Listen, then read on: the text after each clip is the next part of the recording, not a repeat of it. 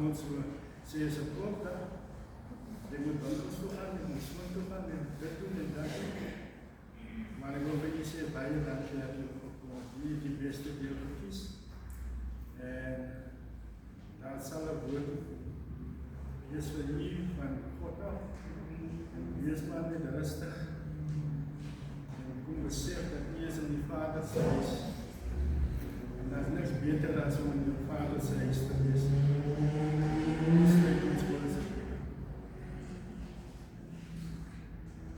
Ag ons Hemelse Vader, Here, dankie vir die voorreg wat U vir ons gee vandag. Ons besef dalk nie die diepte daarvan nie, van hierdie voorreg nie. Maar as ons moet dink, Here, dat mense omgekom, mense in operasies deurgegaan, mense het siek geword, en mense het gesterf. Here, help ons om die diepte daarvan te kom kan besef. Want ons, Here, neem so dinge ligtig op. As in ander lande waar daar nie is, sulke tye gegin word. As daar mense gevang word en bidure sit, dan moet hulle gevangenis toegestuur. En vandaar het ons die voorreg om te kan luister wat ons God vir ons sê. Die God wat die God is van die verlede, van die hede en van die toekoms. Seën ons vandaag, Here. Ons het baie mooi van vore, maar ons ken nie hoe die harte en die gedagtes en die gevoelens is. Maar U weet wel. U ken ons van binne af. Ons is 'n oop boek voor U aangesig. Lei ons deur die Gees en vir hom, Here, en waar ook al die woord gaan verkondig word oor ons kerk, die Pinkstertyd, dat ons vir ons sê die diepte hiervan. En U het vir ons gesterk, U het vir ons gelei. U, Here, het vir ons gewys vir die pad geloop word. En ons moet stil soos 'n lam wees. Die versoekings op jou pad kom, dan moet jy weet na wie toe moet jy keer. Om Jesus naam. Amen. Broers en susters, ons gaan gesing 373 sin. Ek dink dit is ons themalied. Ons themalied.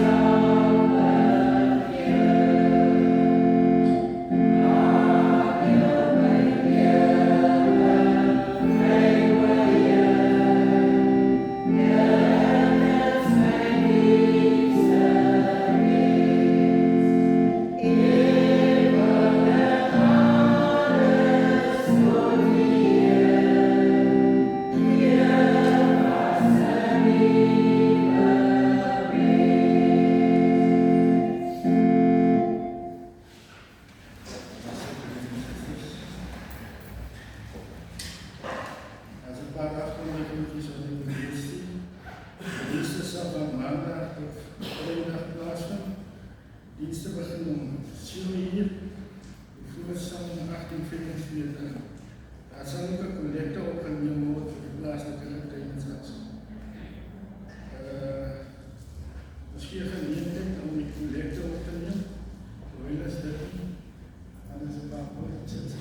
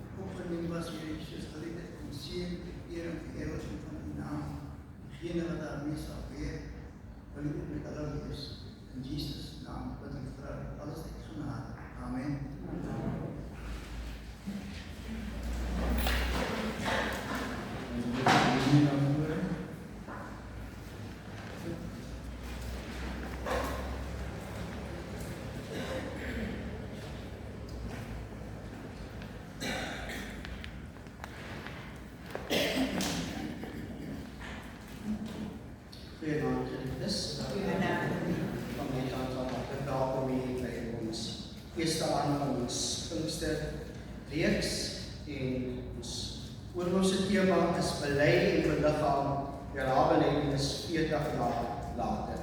So ons fokus op die jaarbelydenis en ook waar ook ons getuies moet van wees in hierdie tyd. Soos jy sal sien as die jaarbelydenis in September maand is dit 40 jaar al 40 jaar oud, so is 'n lang geskiedenis van die ontstaan daarvan en ook hoe dat ons dit behoort te beliggaam en te bely in die konteks van vandag. Geliefdes,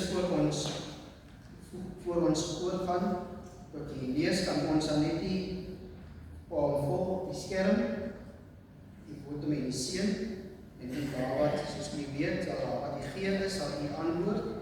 En ek sal dan die voorleer kan lees. Ons glo in God van geregtigheid, wat eenheid skenk aan sy kerk en wêreld.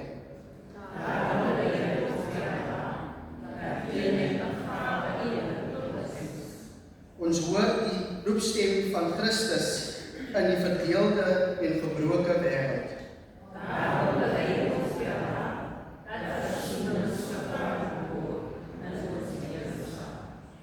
Ons word gestuur om nie net te bely nie, maar om te beliggaam wat ons glo.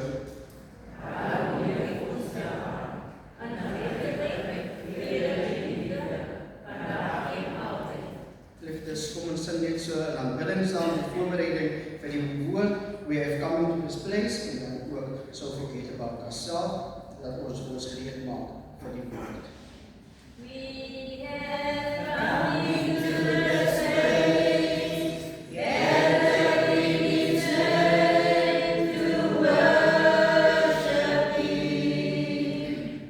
We have come into this place, gathered in His name.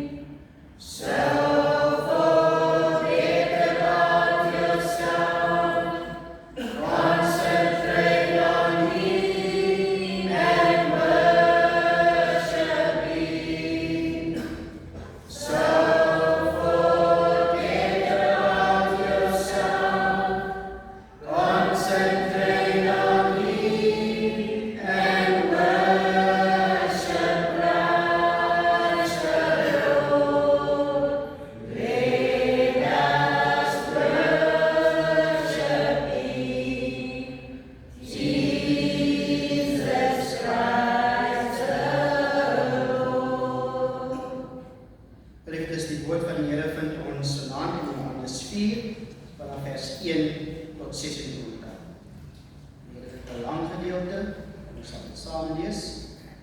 Johannes 4 vanaf vers 1 tot 26.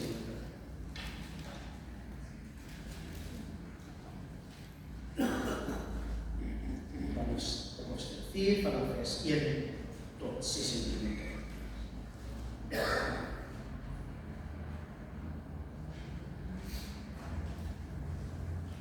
Jesus en die Samaritaanse vrou. Die Fariseërs het gehoor dat Jesus meer disippels maak en doop as Johannes.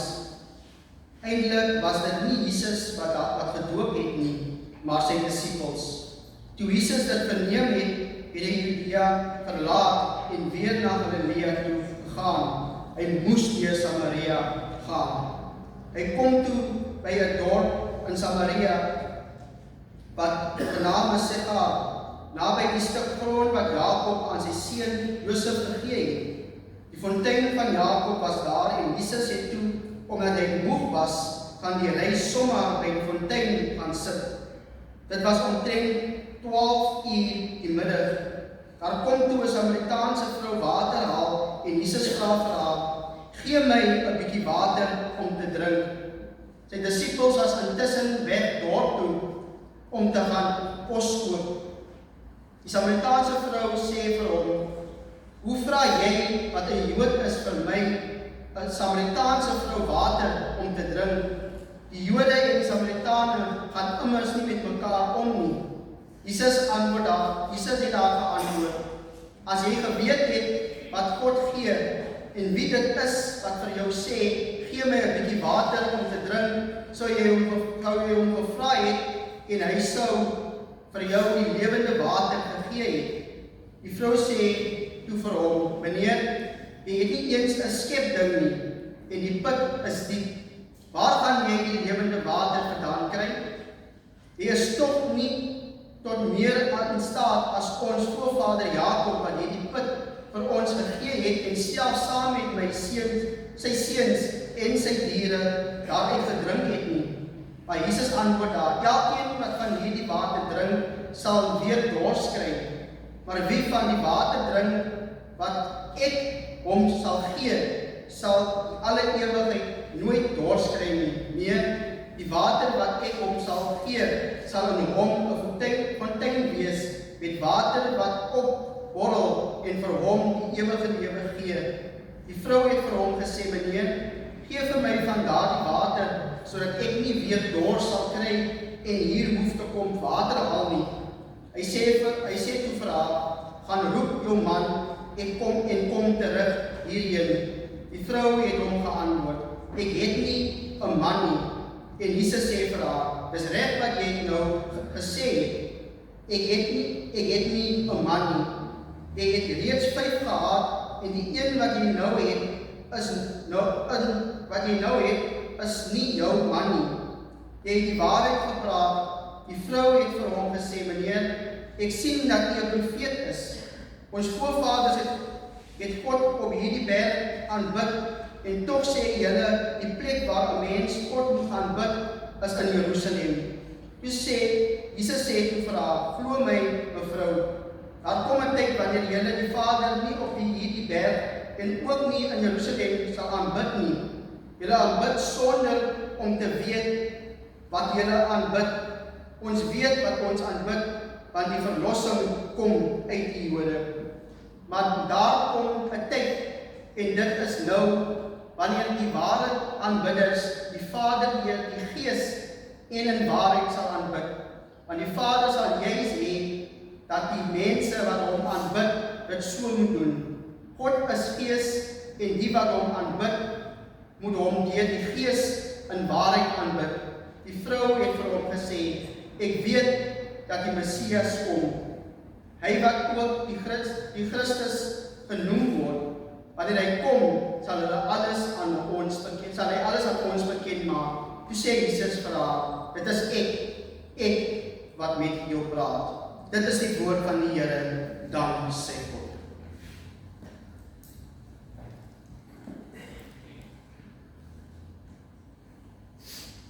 Liefdes, 'n welbekende gedeelte wat ons hier lees, 'n gedeelte wat ons baie kere ken. Wat praat van selfs 'n koortjie wat ons sing, Vrou van Samaria. Maar wanneer ons hierdie gedeelte lees, raak ons bewus van baie dinge. Maar eet ooit, liefdes, het jy al ooit na 'n foto gekyk en dadelik geweet, hierdie stem nie ooreen nie. Die bekende Nuwe Testamentiese geleerde Jerome Neyrey skryf oor 'n ontmoeting by die put onder die opskrif What's wrong with this picture? En as ons eerlik is daar aanvanklik bitter min wat reg lyk volgens die reëls van daardie tyd. Tog op die oog af lyk hierdie verhaal na die perfekte prentjie van sukses. Wanneer ons hierdie verhaal lees, is ons vinnig om te gaan na die gedeelte toe waar die Samaritaanse vrou gaan verkondig van haar ontmoeting met Jesus en waar hulle terugkom en hom prys en tot bekering kom. Ons is altyd geneig om te gaan na die gedeelte toe wat praat van waar sy praat van hoeveel man sy gehad het. So ons geneig om na daardie gedeeltes van hierdie gedeelte te gaan. Ons sien die evangelie in sy suiwerste, mooiste vorm, 'n kragtige oomblik van radikale insluiting waar Jesus doelbewus die pad deur Samaria kies om een verlore siel te vind. Dit is 'n prentjie van herstel waar die lewende water nie net 'n vrou se dors les nie, maar haar hele identiteit verander. Wat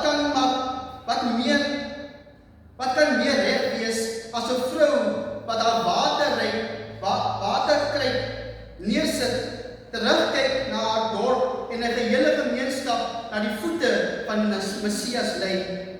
Dit is 'n droom van elke kerk, 'n stad wat tot stilstand kom en uitstroom op die waarheid te hoor as gevolg van een mens se passievolle getuienis. Maar geliefdes, steeds is die vraag wat ons vra, maar wat is verkeerd met hierdie prentjie? Wat is verkeerd in hierdie beeld van Jesus se interaksie met hierdie Samaritaanse vrou? Wat is dit so verkeerd van hierdie interaksie wanneer ons na hierdie prentjie kyk in ons gedagte? Wat is so verkeerd van hierdie toneel? Dit lyk na 'n ideale toneel van bekering en hoop. Maar as ons dieper in hierdie skaduwees van hierdie teks begin kyk en sosiale reëls van die eerste eeu in ag neem, begin die prentjie skielik kraak. Wat as ons dieper kyk, moet ons onsself afvra, maar wat is werklik fout met hierdie prentjie? En ek wonder seker waarom hamer ek oor hierdie hele prentjie. Maar dit gaan alles oor die agtergrond van hierdie ontmoeting met 'n Samaritaan en 'n Jood wat Jesus is. En ons sien dit in die teksgedeelte, bring die vrou van die Samaritaanse vrou dit op, wanneer sy in hierdie gedeelte sê, maar hoe kan ek vir 'n Jood water gee as 'n Samaritaanse vrou? In die eerste paar verse sien ons reeds dat hierdie nie 'n normale ontmoeting is nie. En ons sê in vers 4, hy moes deur Samaria gaan. Lees ons van die roete wat die meeste Jode van daardie tyd sou vermy het. Jode en Samaritane was aardsvyande. Vir 'n Joodse leier om vrywillig deur Samaria te loop, was die eerste teken dat hierdie prentjie anders gaan wees. Hierdie was ons eerste prentjie dat iets nie lekker is nie.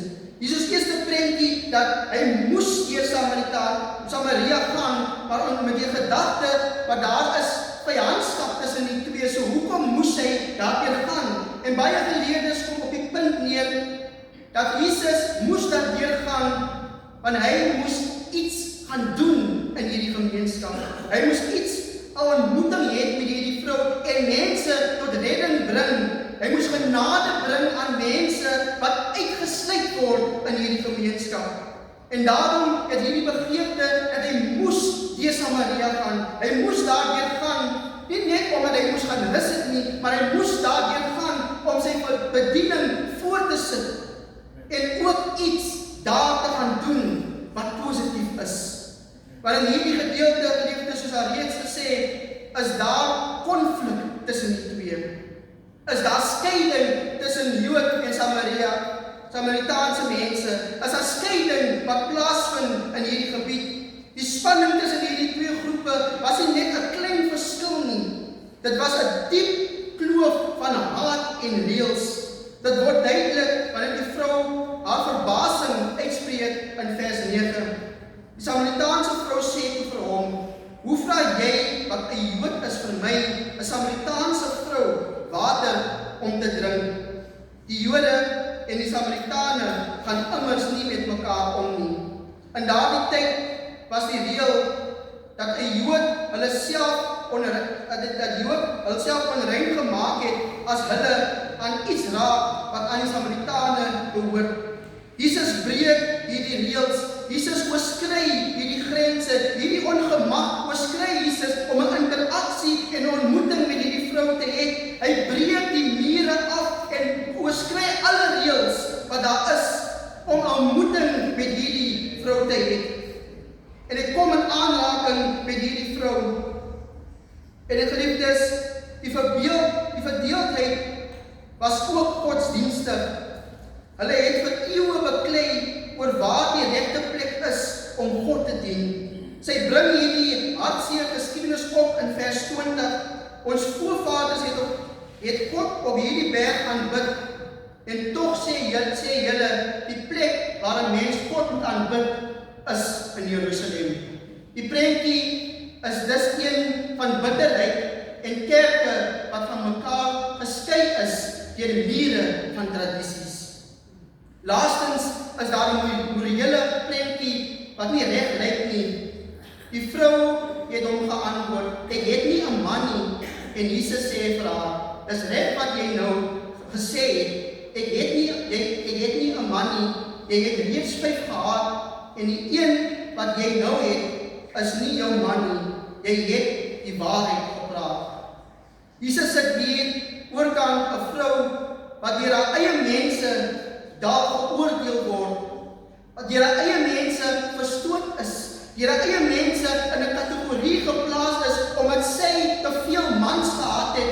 En daarom, geliefdes, sou ons sien, die vrou is al vroegoggend water gaan haal in daardie tyd om die son en daai te vermy, maar hier namiddag sien ons kom hierdie vrou wanneer hierdie put leeg is.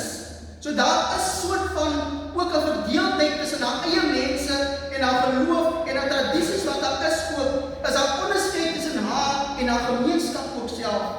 Die ras is verkeerd, die godsdienst is verkeerd en die vrou se agtergrond is volgens die mense verkeerd. Volgens die reëls van daardie tyd moes Jesus sy rug gedraai het. As gevolg van die reëls van daardie tyd moes Jesus haar gestoot het. As gevolg van die reëls van daardie tyd moes Jesus nie saam haar gepraat het nie, maar net sy rug gedraai het en aangestap het en gesê het, jy's 'n onreine vrou, in aanraking kan ek nie met jou kom nie. Maar ons sien hier, Jesus breek die mure af. Hy kom in tussen hier om af te breek. Maar in hierdie foutiewe prentjie sien ons juis hoe Jesus alle mure afbreek om vir ons te wys dat niemand te ver weg is vir sy genade nie. Die vraag is maar, wat is fout met ons prentjie? Wat is fout met ons prentjie in hierdie samelewing waarin ons bly? Geliefdes, as ons na ons eie samelewing kyk, moet ons vra, wat is fout met ons prentjie? Ons ken die geskiedenis van apartheid en die soortgelyke ervaring van daardie tyd, waar ons geskei was op grond van ras, klas, geloof. Vandag is rasisme, seksisme, homofobie, klassisme en ouderdomdiskriminasie steeds deel van ons samelewing. Ons hou steeds aan om mense uit te sluit wat nie in ons kategorie of leefwyse pas nie. Ons hou aan om mense 'n muur te bou tussen ons en ander mense as mense nie doen wat volgens ons reg is nie. Ons maak 'n skeiding as gevolg van hoe ons denkwyse is. En kom dan nog steeds rasisme voor in ons samelewing. Seksisme voor, word ons steeds geonderskei as gevolg van ons ouderdom een kant toe gestoot. Maar dit is hoe ons samelewing gebou is as gevolg van die geskiedenis as Suid-Afrika. Net so in die verhaal van die Samaritaanse vrou, sluit ons mense uit, omdat ons oordeel dat hulle nie by ons behoort nie. In ons huishouding word die K-woord steeds gebruik as dit normaal is. Ons gebruik steeds woorde om na mense te verwys wat seermaak, woorde wat glad nie in ons woordeskat behoort nie. Tog lag ons vir seksuele grappies of aanmerkings wat eintlik seksuele teistering beskou moet word. En ons maak dit af deur te sê, die samelewing het tog te sensitief geraak. Ons maak dit af asof die samelewing net sensitief geraak het. Maar geliefdes, tot vandag toe kan ons sê, daar is groot fout met die prentjie van ons samelewing. Dit gaan nie oor die sensitiviteit nie, maar oor die uitdaging om die samelewing te skep, soos Jesus dit het, deur grense te oorskry en te wys dat niemand te ver weg is van sy genade nie. En dit is juis wat ons belabelydenis vir ons sê. Dit is juis waarop die belabelydenis gebou is, as 'n belydenis wat sê dat ons moet bely dat ons almal een in Christus is. Wanneer ons vra, wat is fout met die prentjie van ons samelewing, dan eet die belabelydenis se begeleidende brief van Belha die diep erns van ons situasie. Die brief beskryf ons belydenis is nie as 'n teorie nie, maar as 'n kreet uit die hart en 'n dwang wat ons opgelei is om die evangelie ontwil. Dit erken dat daar foute is met die prentjie, omdat ons toegelaat het dat die sonde ervaar en die bely moes word, met 'n tyd gegroei het tot 'n selfsprekende en skrifvervreemde ideologie. Wanneer ons die K-woord in die huishouding wil, of lag vir seksuele grappies, het ons van daardie sonde aan selfsprekendhede gemaak. Ons prentjie is skeef, omdat ons halfhede, waarhede leer glo het as 'n volle. Hierdie skeefgetrekte prentjie word direk gekonfronteer wanneer Jesus die Samaritaanse vrou ontmoet. Sy vra die vraag wat ons vandag steeds vra, wanneer ons agter ons mure van ras en klas skuil. Hoe vra jy wat 'n Jood is vir my, 'n Samaritaanse vrou, water om te drink? Sy herinner Jesus daaraan dat die Jode en die Samaritane immers nie met mekaar omgaan nie. Dit is die kern van wat fout is. Ons omgaan met mekaar word steeds bepaal deur wie ons dink die ander persoon is, eerder as wie hulle Christus is. Ons omgee en ons omgaan met mekaar as gaan alles baie kere om die boksie waarin die persoon moet pas. Ons het ons eie kring waar binne ons beweeg, en wanneer mense nie binne daardie kringe beweeg nie, is ons geneig om mure te bou. En daarom, geliefdes, kom die belabelydenis, kom hierdie teksgedeelte en sê, oorskry daardie grense, breek daardie mure af en het 'n interaksie met daardie mense. Soos hulle ons Christus nodig het, het hulle ook Christus nodig. Hierdie woordeskat van ons en hulle moet ons van vergeet, want ons is een in Christus. En daarom herinner die Samaritaanse vrou vir Jesus, dat ek is 'n Samaritaanse vrou. Hoe kan jy in aanraking kom met my? Maar ons sien, geliefdes, Jesus gee nie om wie en wat sy is nie. Jesus gee nie om wat die interaksie is nie. Jesus gee nie om wat die geskiedenis was nie. Jesus gee nie om van wat 'n wrywing of konflik daar was nie. Hy sien 'n mens raak wat die genade nodig het. En dit is wat saak maak. Die brief pleit egter dat ons nie mekaar moet beskuldig nie, maar dat ons moet erken dat niemand van ons die eerste klip kan gooi of nie selfs 'n bal in ons eie oog het nie. Net soos Jesus die vrou se verlede in vers 18 bloot lê, nie om haar te vernietig of te verneder nie, maar om haar die waarheid te wys. So roep die belydenis ons tot voortdurende gesamentlike selfondersoek. Wat reg kom aan die prentjie, is die pynlik, maar die vryende pad van bekering. Ons prentjie verander wanneer ons die moed het om saam vry te word en saam hierdie weg van versoening en geregtigheid te kan gaan. Wat soos die brief afsluit, glo ons dat die evangelie hoop, bevryding, heel en ware vrede vir ons land kan wil inbring. Maar geliefdes, ons raak ook bewus van wat Jesus hier wil doen, is dat hy sê dat hy toon genade en sê dat sy genade is nie te ver verander nie. En vandag is daar steeds groot fout met ons prentjie. Daar is steeds groot fout met wat aangaan in ons samelewing. Daar is fout met ons samelewing. Ons kan nie, soos die Bybel sê, nie net vingerwys is jy, ons almal is baie kere die probleem. Ons almal het op 'n oomblik al mense uitgesluit. Ons almal het op 'n oomblik mense gesien en geklassifiseer volgens hulle ras, volgens hulle klas, volgens hoe hulle aangetrek is. Ons almal het al 'n tyd bekom waar ons mense onbewustelik uitgesluit het. Ons almal het al soos 'n tyd het ons rug gedraai op mense omdat ons dink ons is beter as ander.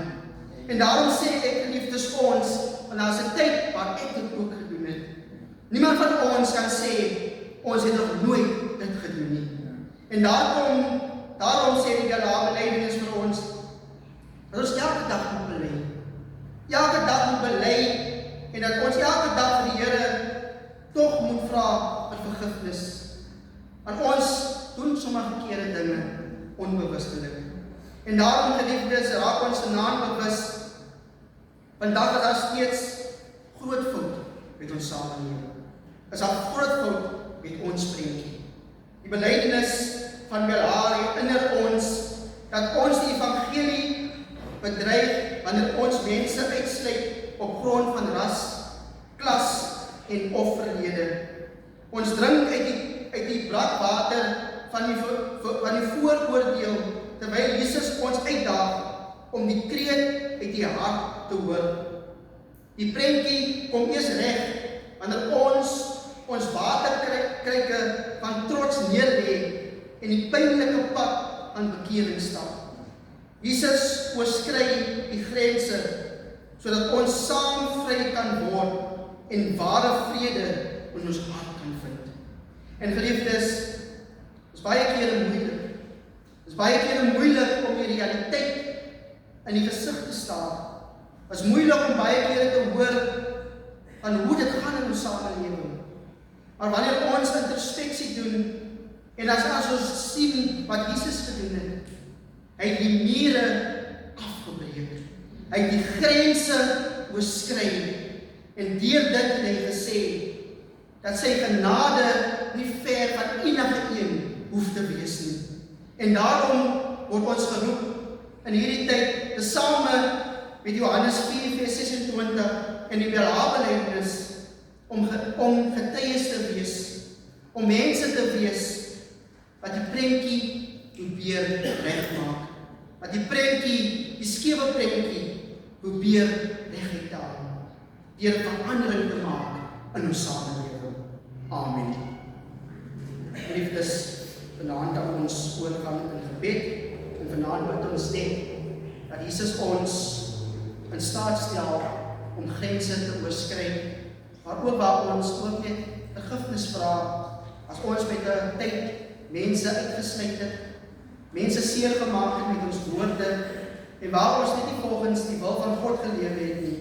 So ons kan net vra vir die Here om vir ons te vergewe, maar ook om vir ons 'n verandering in ons lewe te maak, sodat ons probeer om die prentjie, die skewe prentjie te probeer reghaal. So ons kan 'n oorweg kry dan kan ons oorgang in gebed.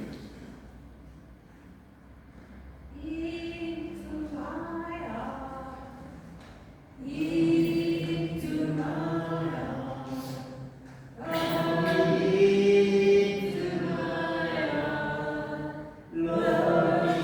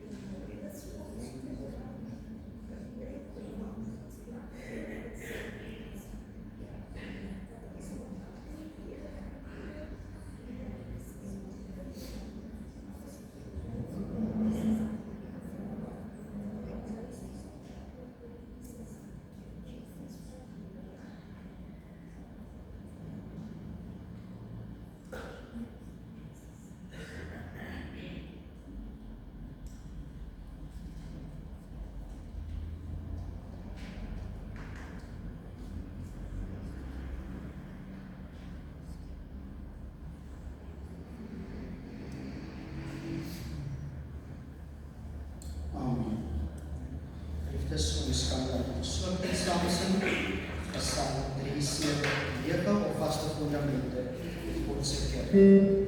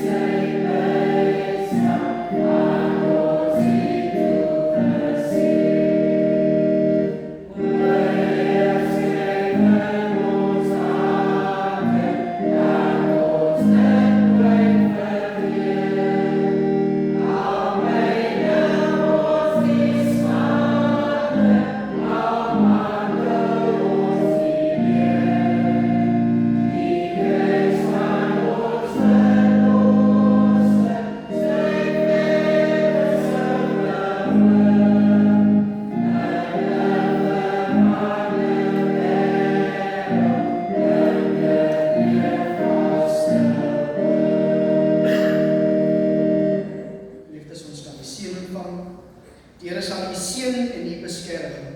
Die Here sal die Here verskyn en u genadig wees. Die Here sal u gebede verhoor en aan u vrede gee. Amen. Amen.